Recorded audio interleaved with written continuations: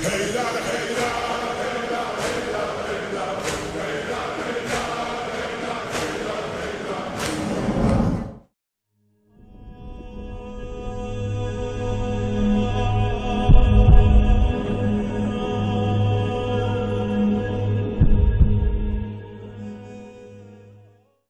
باللہ السمیع العلیم من الشیطان الرجیم بسم اللہ الرحمن الرحیم وصلی اللہ علیہ یا ولی العصر ادرکنا۔ محترم ناظرین اکرام، السلام علیکم ورحمۃ اللہ وبرکاتہ۔ گریہ زہرا سلام اللہ علیہا، بیت تطہیر پر حملہ، اعتراضات کے جوابات کہ اس سیریز میں ہم آپ کی خدمت میں حضرت فاطمہ زہرا سلام اللہ علیہا پر جو حملہ ہوا اس پر اٹھائے گئے اعتراضات کا جواب پیش کرنے کی کوشش کر رہے ہیں۔ آئیے آج بھی ایک نئے اعتراض اور اس کے جواب کو لے کر آپ کی خدمت میں حاضر ہوئے ہیں۔ وہ اعتراض یہ ہے کہ کچھ لوگ یہ کہتے ہوئے نظر آتے ہیں کہ شیخ مفید علیہ الرحمہ نے حضرت فاطمہ زہرا سلام اللہ علیہا پر جو حملہ ہوا ہے اس کا انکار کیا ہے، تو کیا واقعاً شیخ مفید علیہ الرحمہ نے اس واقعے کا انکار کیا ہے؟ آئیے اس اعتراض اور اس کے جواب کو حاصل کرنے کے لیے میں گزارش کروں گا ہمارے برادر عزیز جناب عباس ناہید صاحب کی خدمت میں کہ وہ اس اعتراض کا جواب ہمارے ناظرین کی خدمت میں پیش کریں۔ عباس بھائی السلام علیکم۔ وعلیکم السلام ورحمۃ اللہ۔ جیسے کہ آپ نے سماعت فرمایا کہ کچھ لوگ یہ اعتراض کرتے ہیں کہ شیخ مفید علیہ الرحمہ نے شہزادی سلام اللہ علیہا کے گھر پر جو حملہ ہوا ہے اس کا انکار کیا ہے، تو یہ جو ان کا اعتراض ہے اس کی کیا حقیقت ہے اور اس کا کیا جواب ہے، ہم چاہیں گے کہ آپ ناظرین کی خدمت میں اس کا ایک واضح جواب پیش کریں۔ جی بالکل گلزار بھائی۔ اعوذ باللہ السمیع العلیم من الشیطان الرجیم، بسم اللہ الرحمن الرحیم، وصلی اللہ علیہ یا ولی العصر عجل اللہ تعالیٰ فرجہ الشریف ادرکنا۔ گلزار بھائی، جیسا کہ آپ نے کہا کہ کچھ لوگ اس واقعے کا انکار کرنا چاہتے ہیں کسی نہ کسی بنا پر، اور ان کی ناکام کوششوں میں سے ایک کوشش یہ ہے کہ وہ یہ کہتے نظر آتے ہیں کہ شیخ مفید جیسے بڑے عالم دین نے جن کی اتنی خدمات ہے انہوں نے بھی اس واقعے کا انکار کیا ہے، لہٰذا یہ واقعہ دراصل تھا ہی نہیں، اور وہ لوگ کسی نہ کسی طریقے سے اس واقعے کا انکار لوگوں سے کروانا چاہتے ہیں۔ اگر ہم دیکھیں اپنی بات رکھنے کے لیے، وہ شیخ مفید کا نظریہ جو کتاب سلیم بن قیس ہلالی کے ایک نسخے کے اوپر ہے اس کو پیش کرتے ہیں۔ جو نسخہ کتاب سلیم کا شیخ مفید کے پاس دستیاب تھا، اس کے اوپر جو شیخ مفید کی رائے تھی اس کو وہ لوگ لے آتے بطور دلیل، اور اس میں سے ایک جملہ بطور خاص یہ لوگ بہت بلند کرتے ہیں، وہ یہ کہ ان حاذل کتاب غیر موثوق میں، ان حاذل کتاب غیر موثوق میں، ان حاذل کتاب غیر موثوق میں، یعنی یہ لوگ یہی شعار جو ہے بلند کرتے ہیں کہ شیخ مفید نے کہا ہے کہ یہ کتاب معتبر نہیں ہے، یہ کتاب معتبر نہیں ہے، یہ کتاب معتبر نہیں ہے، اور کیونکہ یہ کتاب معتبر نہیں ہے، جو واقعہ اس کتاب میں درج ہے وہ بھی معتبر نہیں ہے، کتاب کے ساتھ ساتھ وہ لوگ اس واقعے کا بھی انکار کرتے ہیں۔ اب آئیں ہم لوگ سمجھنے کی کوشش کریں کہ شیخ مفید نے جو نسخہ کتاب سلیم کا ان کے پاس تھا اس کے سلسلے میں دراصل کیا فرمایا۔ جی، اگر ہم دیکھیں تصحیح الاعتقاد شیخ مفید علیہ رحمۃ الرضوان کی جو کتاب ہے اس میں صفحہ نمبر 149 میں اس روایت کے سلسلے سے شیخ مفید تذکرہ کرتے ہیں اور لکھتے ہیں کہ وَأَمَّا مَا تَعَلَّقَ بِهِ ابو جعفر رحمہ اللہ من حدیث سلیم، یعنی اور جو کچھ ابو جعفر کنیت تھی شیخ صدوق علیہ رحمۃ الرضوان کی۔ کون شیخ صدوق علیہ رحمۃ الرضوان؟ جو شیخ مفید کے استاد محترم تھے۔ تو وہ کہتے نظر آتے ہیں کہ جو سلیم کی حدیث کے سلسلے میں، یعنی شیخ مفید کہتے ہیں جو شیخ صدوق نے سلیم کی حدیث کے سلسلے میں نقل کیا ہے، الذی رجع فیہ الی الکتاب المضاف الیہ بروایت ابان ابن ابی عیاش، جس میں انہوں نے ابان ابن ابی عیاش کی روایت کی طرف رجوع کیا ہے۔ اب یہ جملہ جو میں کہنے جا رہا ہوں وہ قابل غور ہے۔ فالمعنی فیہ صحیح، یعنی بالکل واضح کر رہے ہیں شیخ مفید ان کا نظریہ کیا ہے، کہتے ہیں تو وہ مفہوم جو اس میں ہے وہ صحیح ہے، یعنی بالکل واضح کر رہے ہیں شیخ مفید کہ اس واقعے کے سلسلے سے انہیں کوئی اعتراض نہیں ہے، یہ واقعہ صحیح ہے۔ ہاں جو نسخہ ہے اس کے سلسلے میں اس کے آگے وہ فرماتے ہیں غیر ان ھذا الکتاب غیر موثوق بہ، لیکن یہ جو نسخہ ہے یہ نسخہ معتبر نہیں ہے۔ یعنی کہ عباس بھائی یہاں پہ یہ دو باتیں یعنی ایک دم صاف طور پر واضح ہو رہی ہیں کہ ایک تو یہ کہ شیخ صدوق نے اس میں یہ جو واقعہ ہے اس کو نقل کیا ہے، نہ صرف نقل کیا، کتاب سلیم سے کیا ہے جی، اور دوسرا یہ کہ شیخ مفید جو ہے وہ کتاب کے بارے میں تو بول رہے ہیں لیکن جو واقعہ ہے اس کا انکار نہیں کر رہے ہیں۔ بے شک جو نسخہ کتاب کا ان کے پاس دستیاب تھا اس کے سلسلے سے انہوں نے جو ہے وہ یہ سوال اٹھایا ہے۔ تو اگر ہم دیکھیں شیخ مفید علیہ رحمۃ الرضوان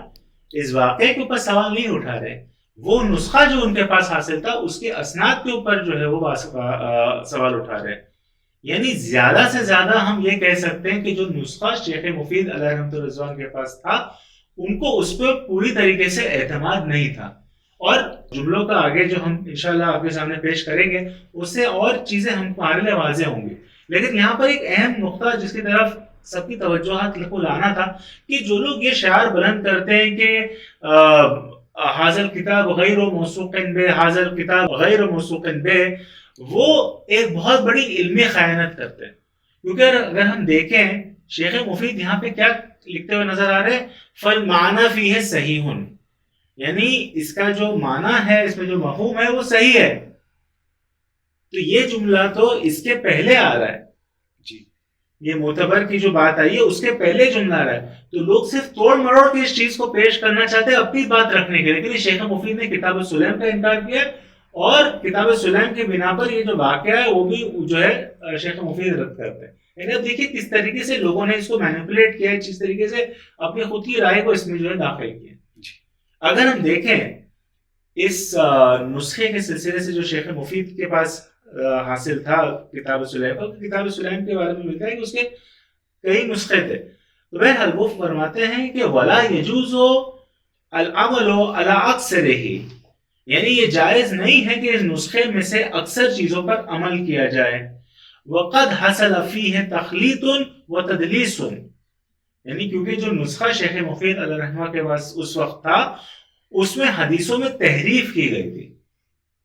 اس میں حدیثوں میں تحریف کی گئی تھی اور اپنی طرف سے چیزوں میں اضافہ کیا گیا تھا، مکسچر کیا گیا تھا، لہٰذا یہ کوشن، یہ احتیاط جو ہے شیخ مفید لہریں بول رہے تھے، اور وہ آگے فرماتے ہیں کہ متدین افراد، یعنی یہی تصحیح الاعتقاد میں وہ فرماتے ہیں کہ بس متدین افراد کے لیے ضروری ہے کہ وہ ہر چیز جو اس نسخے میں ہے اس پر عمل کرنے سے اجتناب کرے اور مکمل طور پر اس نسخے پر اعتماد نہ کرے اور نہ ان کے راویوں کی تقلید کرے۔ اگر ہم دیکھیں اینی وچ ویز ہمارے میں 100% صحیح کتاب کا کانسیپٹ ہوتا ہی نہیں ہے، یہ مفہوم ہے ہی نہیں ہمارے یہاں پہ کہ ہم لوگ کوئی بھی کتاب کو جو ہے کہے کہ یہ 100% جو ہے صحیح ہے۔ اسی چیز کو شیخ صدوق یہاں پر دہرا رہے ہیں کہ ہمیں چاہیے کہ ہم احتیاط کریں، اور آگے فرماتا ہے اور یہ علماء کی روش بھی رہی ہے کہ تحقیق کی جائے، جو چیزوں کو صحیح اور غلط کو الگ کیا جائے۔ یہاں پر فرماتے ہیں یعنی شیخ مفید مزید فرماتے ہیں کہ اور یہ ضروری ہے کہ اس نسخے میں موجود روایات کے سلسلے میں علماء کی طرف رجوع کریں جو یہ بتائیں گے کہ اس میں کون سی چیزیں صحیح ہیں اور کون سی فاسد۔ یعنی یہ شیخ مفید کا اس نسخے کے سلسلے سے جو ہے وہ نظریہ ہے جو ان کے پاس اس وقت دستیاب تھا۔ تو اگر ہم اس کا خلاصہ دیکھیں، یعنی جو بھی شیخ مفید علیہ الرحمۃ نے کہا ہے، تو اس پہ بالکل واضح ہو جاتا ہے گلزار بھائی کہ شیخ مفید نے شہزادی پر ہوئے حملے کا انکار نہیں کیا، بے شک انہوں نے صرف اس نسخے کے اسناد کے اوپر جو ہے وہ سوال اٹھائے، اور وہ تو یہ بولتے نظر آتے ہیں فالمعنی فیہ صحیح ہوں، یعنی یہ روایت جب جو وہ کہتے ہیں کہ میرے استاد شیخ صدوق نے جو نقل کیا ہے وہ صحیح المعنی ہے، مفہوم صحیح ہے، مفہوم صحیح ہے. یعنی آپ دیکھیں مطلب پوری طریقے سے چیزوں کو جو ہے وہ ایک نئی شکل ایک نیا رنگ دینے کی کوشش کی جا رہی ہے، اسی صورت سے وہ واقعے کا انکار ہو جائے. بے شک. تو عباس بھائی یہاں پر جو آپ شیخ مفید کے بارے میں جو انہوں نے ان کا نظریہ ہے کتاب سلیم کے بارے میں، آپ یہ فرما رہے ہیں کہ اس کے نسخے تھے، جی کئی نسخے تھے، جی. کیا اس کے بارے میں کوئی دلیل آپ پیش کر سکتے ہیں کہ کتاب سلیم کے الگ الگ نسخے تھے؟ جی اگر ہم دیکھیں یہ کتاب سلیم کے سلسلے سے مشہور ہے، اور بالخصوص اگر ہم دیکھیں شیخ عاملی علیہ رحمۃ الرضوان صاحب وسائل الشیعہ، وہ اس سلسلے میں فرماتے ہیں والذی وصل الینا من نسخۃ الکتاب لیس فیہ شیء فاسد، یعنی کیا فرما رہے ہیں وہ کہ بھائی جو ہم تک جو نسخہ پہنچا ہے، اوکے، جو نسخہ ہم تک پہنچا ہے اس کتاب کا، اس میں کوئی بھی فاسد شے نہیں ہے، کوئی بھی چیز ایسی نہیں ہے جو بنیادی شیعہ عقائد کے خلاف ہو. یعنی اس طرف دلالت ہے کہ شیخ العاملی اس طرف جو ہے اشارہ کر رہے کہ اس کے نسخے تھے، اور جو نسخہ شیخ العاملی علیہ رحمۃ الرضوان کے پاس تھا اس میں کوئی بھی ایسی بات نہیں تھی جو بنیادی شیعہ عقائد کے خلاف ہو. جی، اس سے بات ایک دم بالکل واضح ہو جاتی ہے کہ کتاب سلیم کے بھی الگ الگ نسخے تھے، اور شیخ مفید نے جس بارے میں کہا وہ ان کے پاس دوسرا نسخہ تھا، جی، جس میں کچھ تبدیلی تھی یا تحریف تھی، تو اس کے بارے میں شیخ مفید نے اپنی رائے رکھی ہے. جی بے شک. اور گلزار بھائی ایک چیز یہاں پر اور جو ہمیں ذہن میں رکھنی ہوگی وہ یہ کہ شیخ مفید علیہ رحمۃ الرضوان کا دور کیسا دور تھا. یعنی وہ دور شیعوں کے لیے بالخصوص جو شیعہ بغداد اور اس کے اطراف کے علاقوں میں رہتے تھے ان کے لیے بہت سخت دور تھا. یعنی اگر ہم دیکھیں مثال کے طور پہ ترک کا جو علاقہ تھا وہاں پہ ملتا ہے کہ 20,000 شیعان اہل بیت علیہ السلام کا قتل عام ہوا تھا. تو ان حالات میں ایک ایسی کتاب کہ جو تمام چیزوں کو بالکل واضح طور پر بیان کرتی ہے، ہو سکتا ہے کہ تقیہ کی بنا پر بھی شیخ مفید نے جو ہے یہ اپروچ لیا ہو، یہ روش لی ہو کہ فی الحال مطلب جو ہے اس کو اس طریقے سے کیا جائے. اللہ عالم. تو عباس بھائی یہ بات تو واضح ہے کہ شیخ مفید نے اس واقعے کا جو شہزادی کے اوپر مظالم ڈھائے گئے اس کا انکار نہیں کیا. جی. تو کیا ایسا بھی کہیں ملتا ہے کہ شیخ مفید کی جو دیگر کتابیں ہیں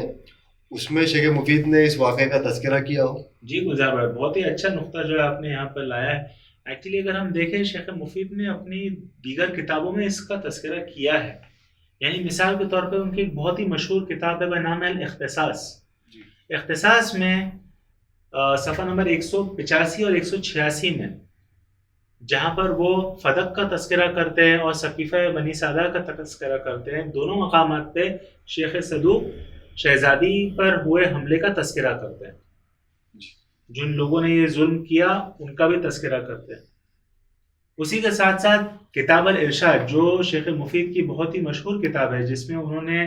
آج اس کی کاپیز ہمارے پاس انگلش اردو دونوں میں حاصل ہے. کتاب الارشاد میں جب امیر المومنین علیہ السلام کے اولادوں کا تذکرہ کرتے ہیں وہاں پر وہ جناب محسن ابن علی کا تذکرہ بھی کرتے ہیں اور فرماتے ہیں کہ ان فاطمہ سلام اللہ علیہا اسقطت بعد النبی صلی اللہ علیہ وآلہ ذکرہ، یعنی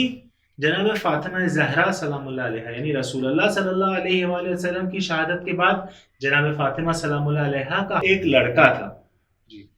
کانا سماہ رسول اللہ صلی اللہ علیہ وآلہ وہو حمل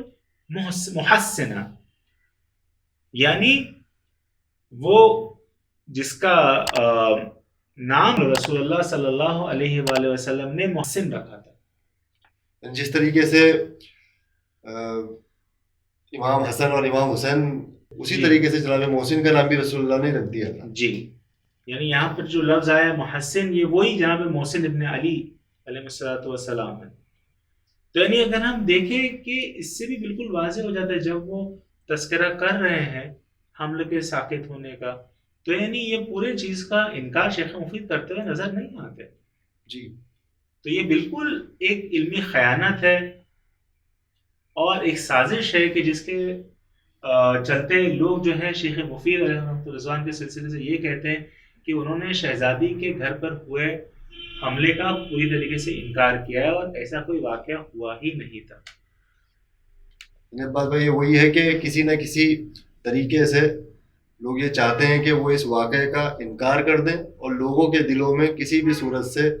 اس واقعے کے متعلق شک و شبہات پیدا کریں۔ جی بہت بہت شکریہ